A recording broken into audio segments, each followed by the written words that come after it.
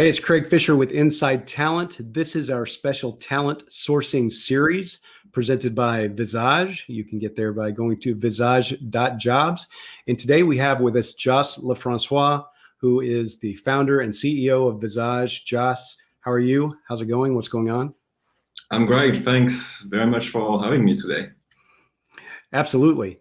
So why don't you tell us a little bit about you and about Visage, and then we want to talk about an article that you wrote on LinkedIn that I think is very fascinating, talking about the biggest jobs rebound in history that's on the verge of happening. So tell us a little bit about you and Visage, and we'll get right into that.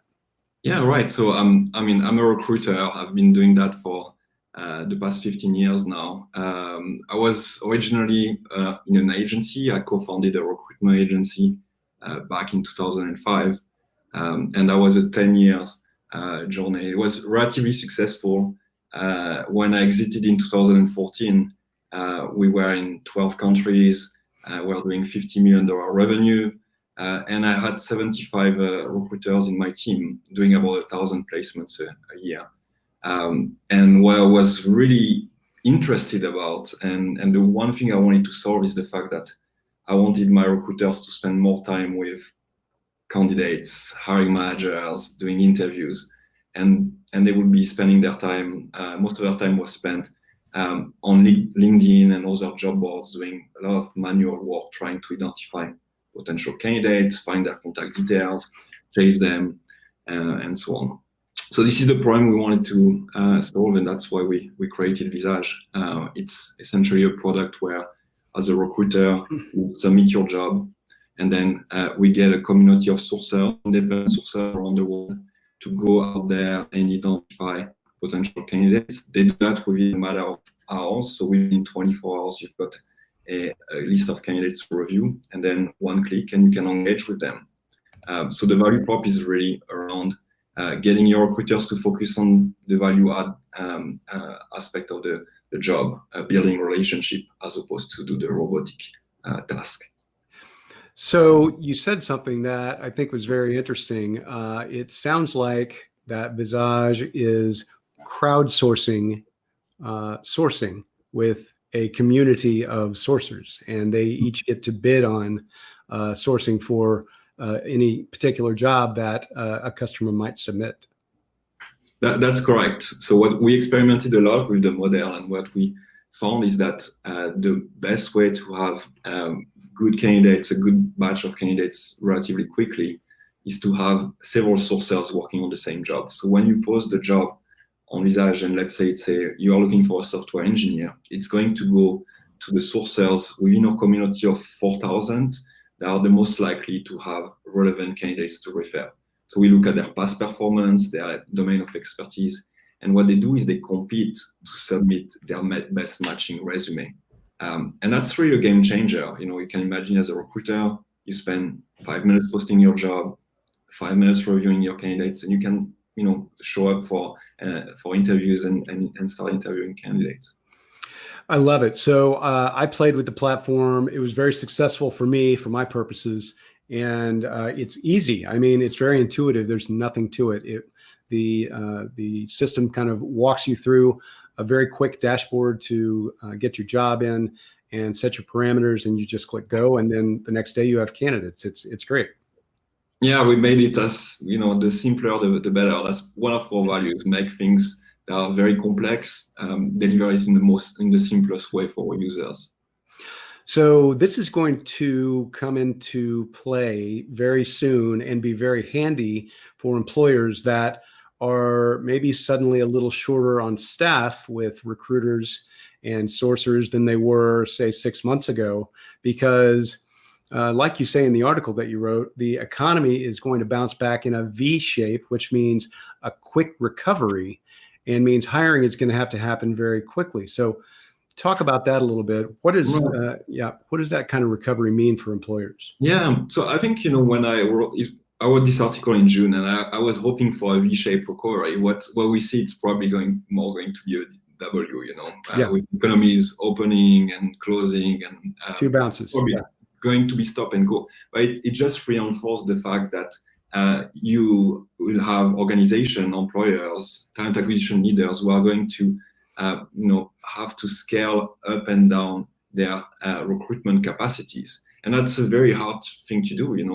Historically, employers are equipped to deal probably with 3 to 4% turnover, depending on their industry.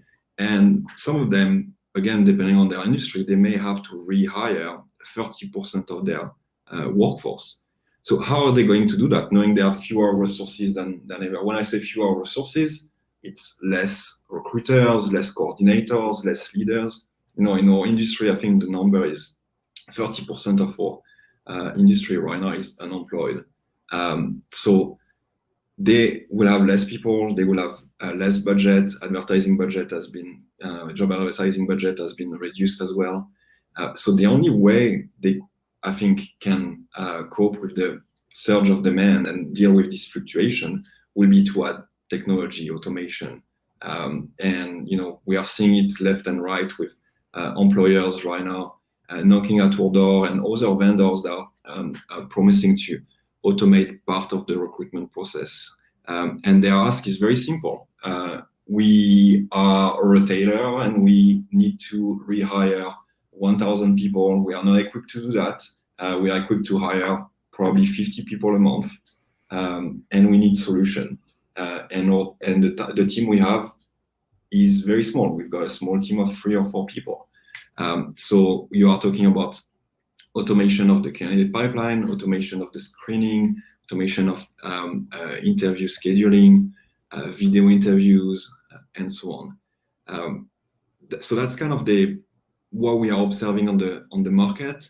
What's hard is that in the past, I would say until July, when I was approaching tier leaders with this speech, they were not ready to hear it because they were still busy, perhaps announcing bad news, laying off people, and they were not quite ready to hear that things are going to change and perhaps go better, and they need to get ready. There is no better time. I've heard, I think, someone in our industry, Jerome at Smart Recruiter, said that there is no better time to change the engine of your car than when it's at standstill. And that's the reality. That's what's happening right now. There is no better time to finally get rid of the ATS that is antiquated and bring better system. There is no better time now to bring some automation, artificial intelligence in your recruitment process, because you don't have the people that used to do it for you before in-house. Yeah, and even if you did have the people who used to do it for you before, you can save them time as well, right? And time to market is going to be critical right now because, like you said, customers are waiting, right? There's no time to just do a typical ramp up, and it's not like just adding more employees. You're rebuilding, and so that's a completely different animal. And a lot of these employers maybe thought that they would be able to bring back the employees that they furloughed. But that's not what we're observing. First, the best candidates out there, they already found a job. We've been experimenting with list of the layoff list, all these resources that aggregated candidates that talent that had been fired. Well, if you engage with this list, you realize that most of them have found a job already. So there is this one factor, and the second factor is that they may not want to bring back the same type of candidates. Going back on the retailer example I was giving earlier, they are looking for a different type of person. They used to have a lot of store associates, and now they are more into developing an offline online experience. So they are looking for designer of this offline online experience. You're gonna have a lot of curbside pickup. That it's a different type of talent that you have there. So that's kind of I see the challenge that we are going to have in the industry. The other thing I'm thinking about right now is the fact that these people that had to find a job in a hurry when they got fired from their previous job, they may not be happy. They may have got a job out of desperation, but they are going to be more than ever listening to the market. So the ability to engage at scale to this with this passive audience is going to be key.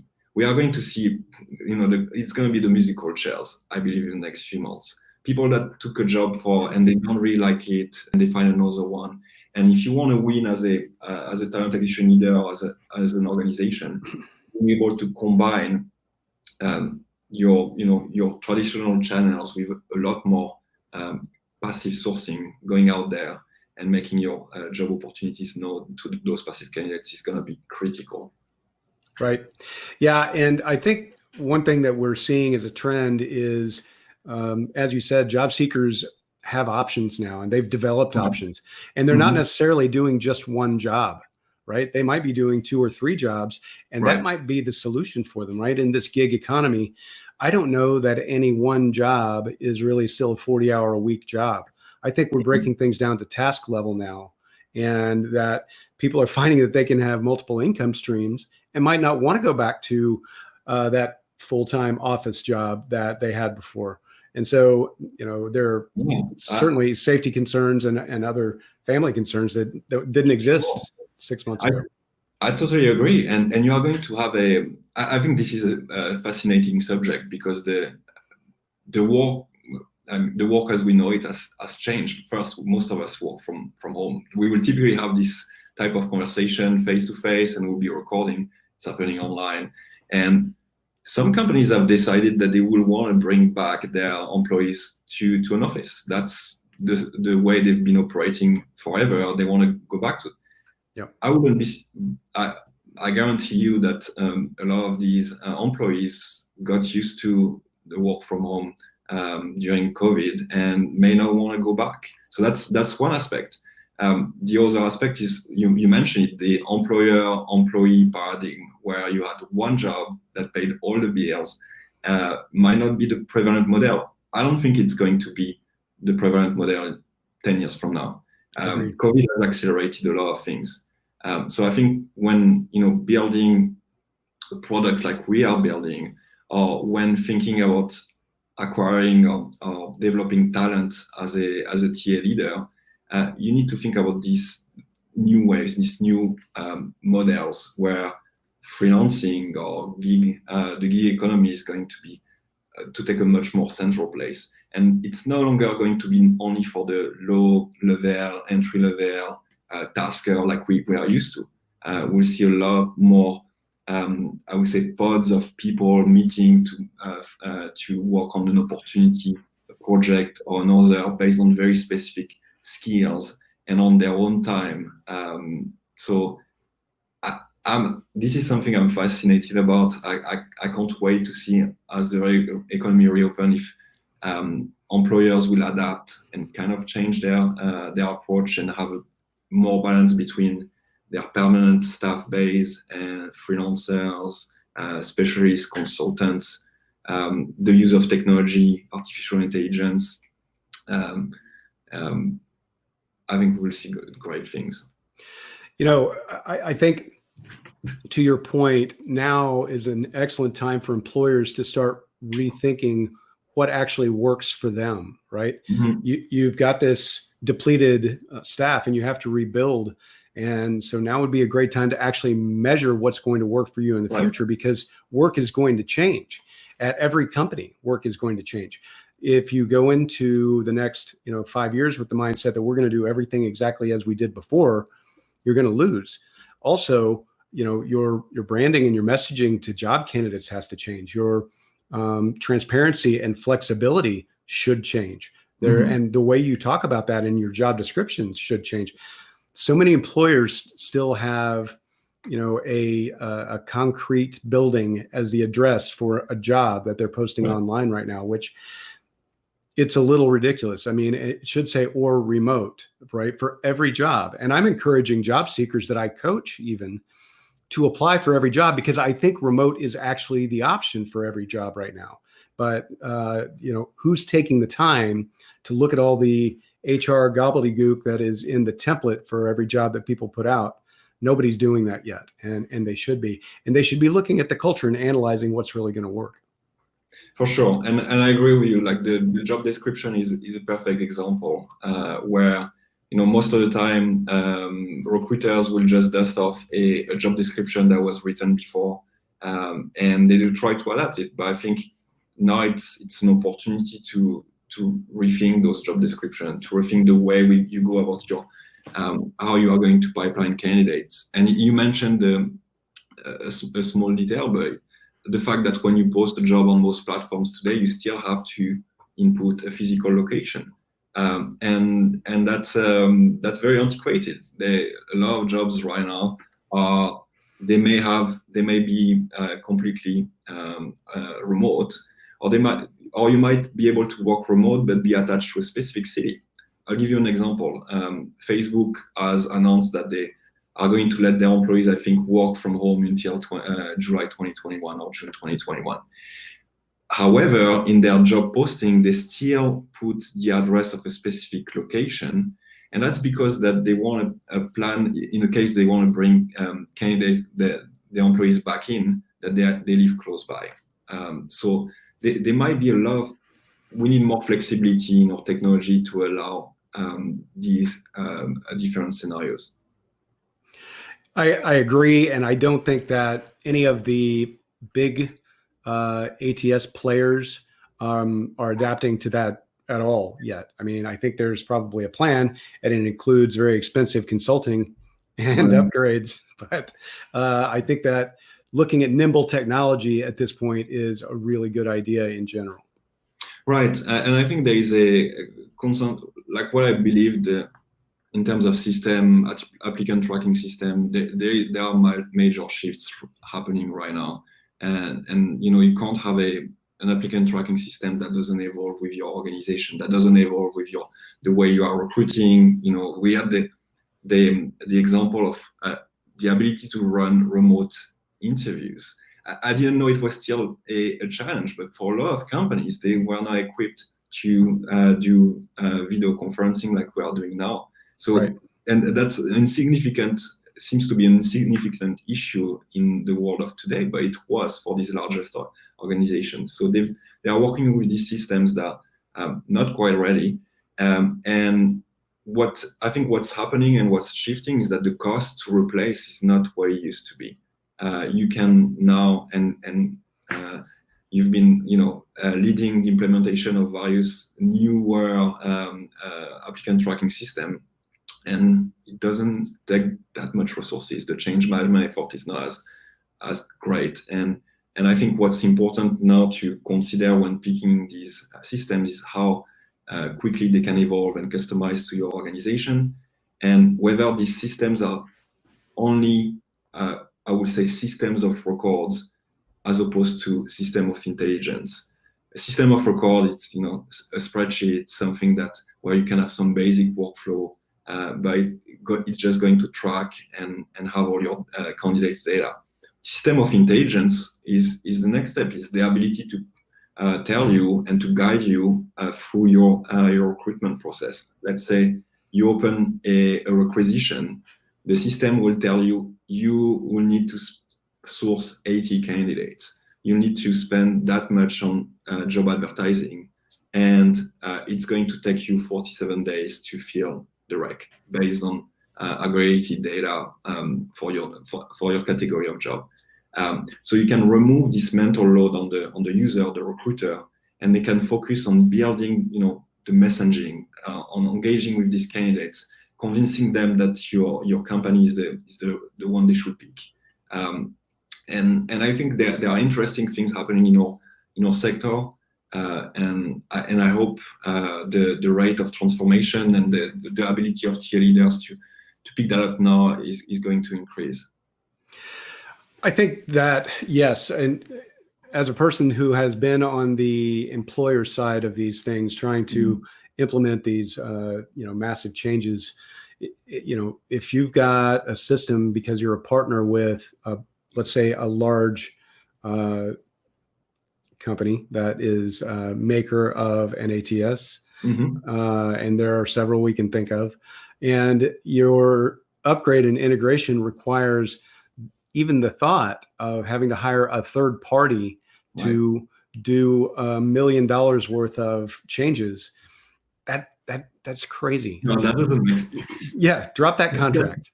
Drop that contract. Doesn't make sense. Where is the state of technology right now? We are talking about no-code platform, and you kind of know it's a little bit the Airtable or the Trello of the world, where you can, with no coding skills whatsoever, build workflow, build some sort of automation. Oh yeah. This is what the future, meaning that a TA leader, a recruiter, a user will be able to customize a product to fit their needs, to bring all their various channels through very basic integration, the job posting, their sourcing, their vendors, their agencies, and they will be able to customize indefinitely and experiment, and it's going without involving their IT department. Without having any worries in terms of the organization changing and going in the wrong direction. So I worry that our education system, at least in the US, isn't teaching that to kids yet, right? I mean, they do have some coding classes and things like that, but they're not teaching the kids about the simple platforms that allow you to build automation, Right. that the hackers of us in the world use all the time to make things happen. And so I'm teaching my own kids this, right? They understand how to hack games, so they should be able to understand how to hack, making sure they get their homework done and things like that. Absolutely, and I agree. I think the question of learning to code and so on is very interesting. But I'll compare that with how we studied math and we went pretty far and without really thinking about the application. I think our kids may not need to code at some point. A lot of this new technology, I'm thinking about GPT-3, which is a natural language processing that will take natural language and transform it into whatever you want, transform it into HTML code, into a Boolean search string, into with a minimum input, create a job description. So this is going to help people who don't necessarily know how to code to build programs, to be able to build their system independently. So for sure, everybody should know the basics, like how the logic of coding and different aspects of it. But I don't think we all need to be hackers and coders because in my mind, the beauty of our profession is that we are people. We are great with building relationship, and this is more our forte. We should focus on that whilst understanding the broader technical aspects. Yeah, I agree, and I think anyone can watch YouTube and learn how to use Zaps to make things happen, right? If you understand the concept of IFTTT, then the world is your oyster. And I think that's the type of thing we should be teaching in schools right now that I don't feel like is happening.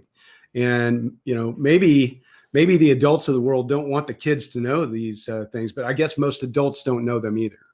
They don't. I think if you look at innovation, what I've always been fascinated, and I did a case study on that on large corporation. You've got two types of corporation. Their approach to innovation. One is going to be top down. You are going to have an innovation manager, someone who is going to introduce new technology, do pilots, and so on. And it's going to be a separate budget, but it's kind of top down. And I've seen organizations where it's bottom up. They let their people pick and choose. They give them a small budget to experiment with a sourcing tool. They give them a small budget too, and this is how the innovation come into companies. It needs to come with a bottom-up approach. But it's especially now with budgets and what's happening with COVID. I'm sure a lot of companies, if you want to spend $10 nowadays, you need to have the CEO signature. So it's going to be a bit tricky. It is going to be a bit tricky, and I've seen this in big companies like Toyota. They have the right idea. They're trying to be agile. Mhm. It's just taking too long for them to get there, right? And you have to move at the speed of light right now, I think. Right. And look, our generation of TA leader has also been disappointed greatly with technology and the false promise of artificial intelligence and automation. Um, if you interview any TA leader, they will say that most of the AI, so-called AI product they've tried didn't work. Right. And that's hard because you put all the solution in the same basket. If you had tried Visage 4 years ago, you'd probably have hated it. It was just not mature. It was not ready. We were lucky enough to have early adopters that were looking beyond what we had then. But things take time. The first time I called an Uber, the person didn't find me. The driver didn't find me. It was a whole mess. I missed. I missed an appointment, and I thought this is not working. This is terrible. And fast forward a few years later, I don't think I will have this issue anymore. So being patient with technology, knowing how to pick your vendors, and accepting that you are going to try a few solutions. Most of them might not work. One or two may have some promise, but you still need to give the time and the chance for things to have an impact. So it's this combination between having structure that are ready for this great rehiring that we talked about earlier, the safe way, the way they are used to do it, and combine that with new technology to augment, I think is critical. So I love that you use the Uber reference. I'm glad that I found Visage as a more mature product than it was 4 years ago, because my experience was great. I'll tell you, the first time I ever ordered an Uber myself was year one in San Francisco, and I was at Twitter headquarters. Uh-huh. And I had just taught the Twitter recruiting team a bunch of sneaky tricks for recruiting and sourcing. Uh-huh. And then I went down and I was with Lars, I think, and we said, we're going to get a cab. And they said, why don't you just order an Uber? We're like, what is that? This is like month 3. And Uber did find us because we were at Twitter headquarters. So that worked out okay. All right. So you just mentioned again this great rehiring. Is this going to be the largest mass rehiring we've ever seen? I think so. When you are looking at the unemployment numbers and you compare them even with the Great Recession, it's way worse now, but it's way worse temporarily. And so I think it's a very exciting time to be in our space. I know a lot of my colleagues and friends don't feel it that way because of the limited job opportunities out there. But more than ever will be needed, and our ability to really think about what's next and how to attract the talent of the future, leveraging technology, AI. I think this is what's going to matter. So, Joss, I'm going to be doing a series of these webcasts with various people in positions of influence at talent acquisition organizations and sourcing types. And this is all a build-up to the Global Talent Sourcing Festival that Visage is hosting in October. Tell me a little bit about that. Yeah, that's something that we wanted to do. It's really a celebration of our community. When I say our community, we are thinking about the recruiters, users who use our product, and they are going to be particularly excited about Visage 2.0, which is the redesign of the platform, which makes the platform really feel like a consumer app. Then so this is going to be one track. We are going to have one track for our sourcing community. So these are the 4,000 sourcers who are contributing and identifying potential candidates for clients' job openings. And finally, we are going to have a track for talent acquisition leaders, focusing on larger companies, Fortune 500, global, international companies that are going to have, to think about how to scale up and down and think about post-COVID and the great rehiring that we spoke about earlier. That's great. It sounds amazing to me. I know that I'm excited to be a part of it. My company, TalentNet, is helping to produce the event. Mm-hmm. We're doing a lot of that now since we've pivoted to virtual, and It's going to be on the Hop-In platform, which is an amazing, immersive experience. Mm-hmm. It feels very intimate when you do an event there. Mm-hmm. So yeah, I'm excited for that. I know you're going to have a series of amazing speakers and sessions to go along with it. So we don't have a final date yet, right? But it's going to be. We're still, waiting for confirmation from we've got some very interesting speakers. We went in really far into finding speakers that are going to captivate the audience on some of the very hot topics of the moment. Diversity, of course, everything automation, artificial intelligence. So that we are going to confirm the date, and we want this event to be very special. We call it a festival because we want it to be fun, full of insights and knowledge, but we want people to feel that they've attended something special, even if it's virtual.